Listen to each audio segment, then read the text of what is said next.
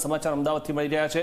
અમદાવાદના એઝી હાઈવે પર અકસ્માત સર્જાયો છે અને બેફામ કાર ચાલકે બાઇક સવારને જોરદાર ટક્કર મારી। ઘટનામાં બાઇક સવારને ગંભીર ઇજા પહોંચી છે।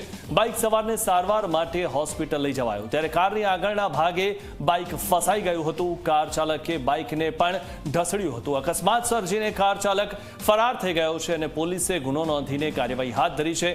બેફામ રીતે કાર ચલાવતા જે લોકો હોય છે તે લોકો બીજાનો જીવ જે છે તેની કોઈ જ પરવા કરતા નથી, કારણ કે તેમને તો માત્ર એટલું જ હોય છે કે રસ્તો ખુલ્લો છે અને અમારે કાર દોડાવવાની છે। મિથુન, મૂળ ઘટના એ છે કે બાઇક ચાલક જે છે આગળ આ લાલ ગાડીવાળો જે શખ્સ છે એ લઈ જઈ રહ્યો છે, એને ખબર છે કે નથી શું ખબર કે બાઇકનો આગળનો ભાગ એ સ્પીડમાં જઈ રહ્યો છે। લોકો એને કહે છે કે ભાઈ તારી આગળ આ બાઇક છે, પેલો માણસ ત્યાં પડેલો છે।